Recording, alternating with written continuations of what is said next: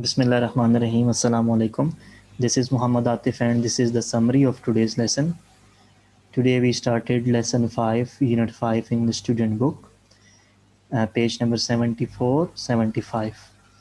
And today's topic was extracts from the Stowaway. Before we started the lesson, I displayed the lesson objective slide and then we discussed vocabulary words as well. So for the summary purpose, I am going to include both of these lesson objective slides and vocabulary slides as well. So first of all, lesson objectives. First lesson objective was listening. We listen to a summary of a story and then we answer the question. And speaking activity, we talk about the characteristics in a story. Sorry, characters in a story. And reading activity, we read a summary of a story in during the class, and we differentiate between old and modern English. Distinguish means differentiate. And then we answer the questions. And in grammar topic, we will discuss showing the best of ourselves. So these are the lesson objectives.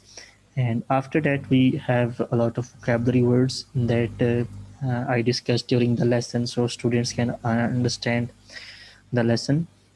So first, stowaway, a person who hides in a ship, aircraft, or other vehicle. Rigging basically is the act of arranged dishonesty, okay, planned dishonesty for the result of something, to change the result of something.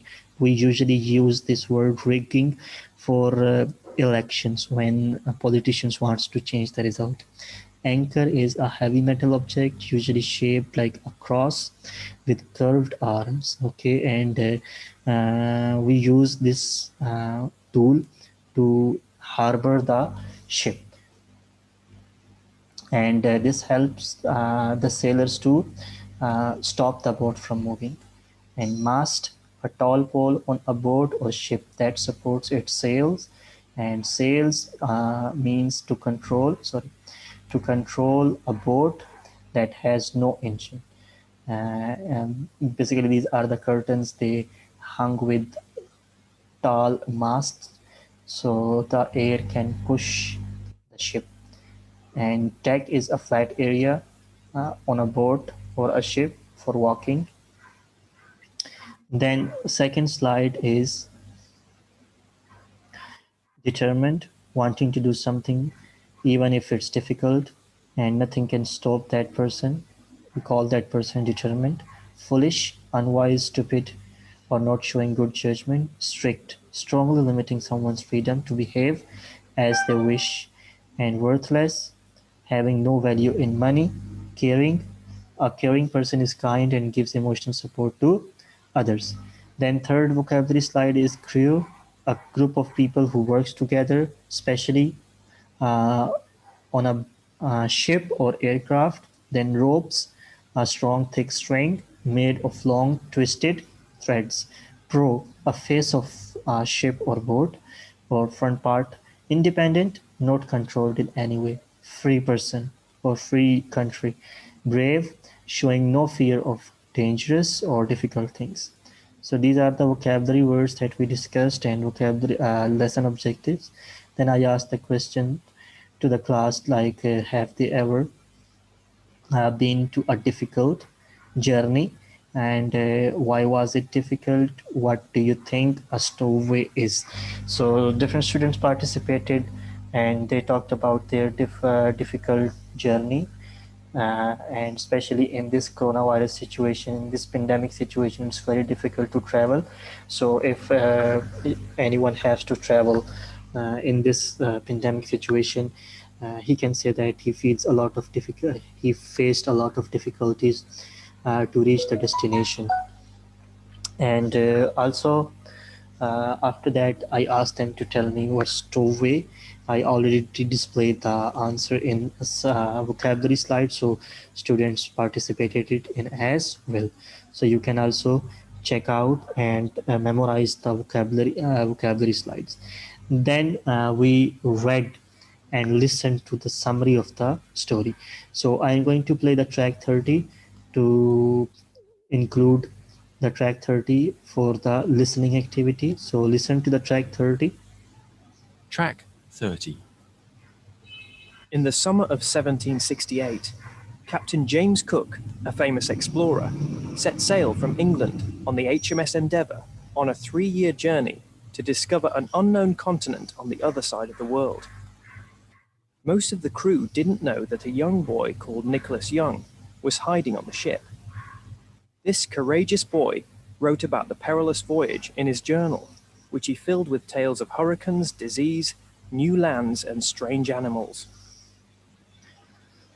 So that was the summary of the topic, and after reading and listening to the summary, students can understand the main idea of the lesson, and they knew like what this topic is all about.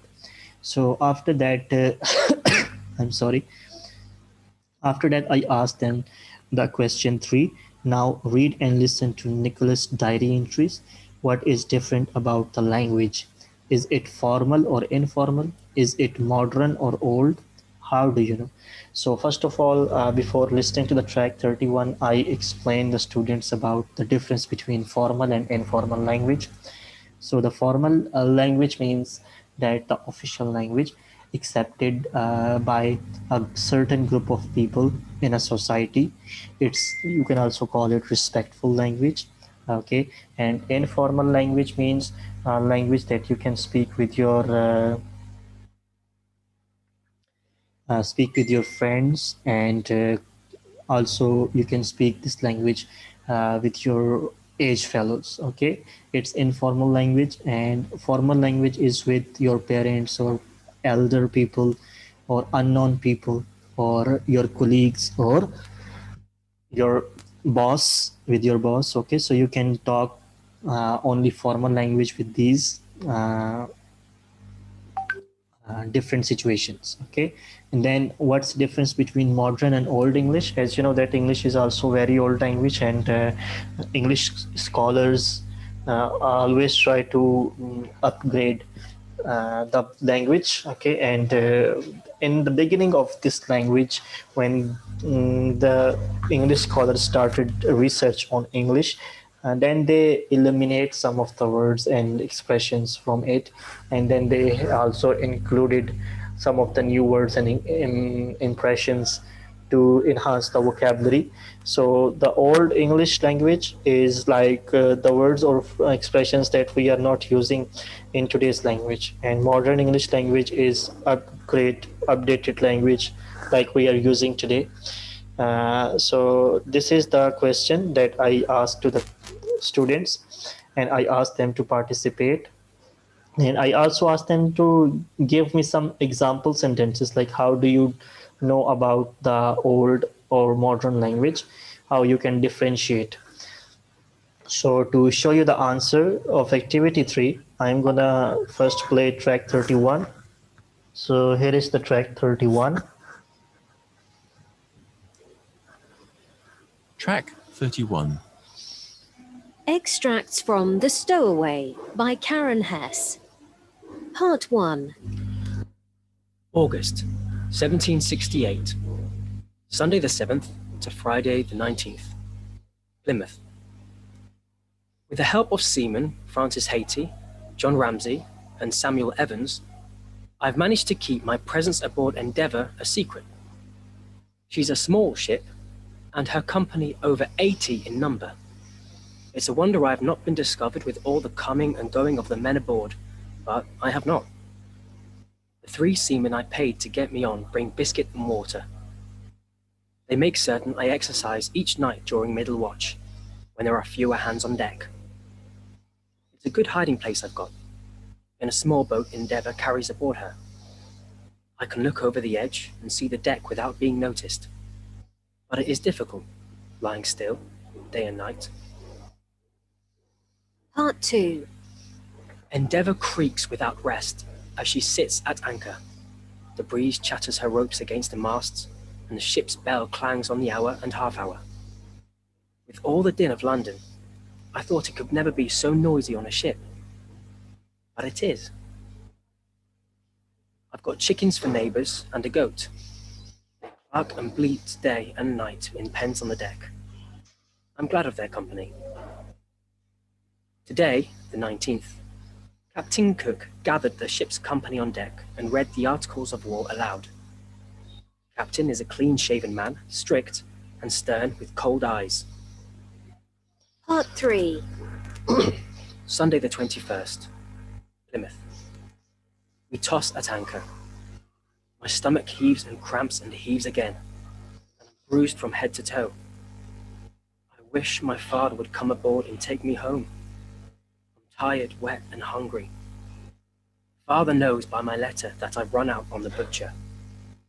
But I did not write where I meant to go, nor what I meant to do, for when I sent the letter, I hardly knew my plans myself. Even if he knew, he would not come. I'm a disappointment to father. All my brothers are scholars. Only I could not settle to my studies. Father has no use for a son who will not learn Latin. Part 4. Wednesday the 24th to Thursday the 25th, Plymouth. I shall be patient. Father thinks me worthless when it comes to sticking with a plan. He says I run from everything. Well, I did run from Reverend Smythe's school and from the butcher, but I had a good cause on both counts. And, unhappy as I am, cramped in the hard confines of the boat, I'm better off than I was with the butcher. And so I shall remain, recording my trials in this journal. I shall prove to father that I am not a quitter, that I am good for something, that I am more than a butcher's boy.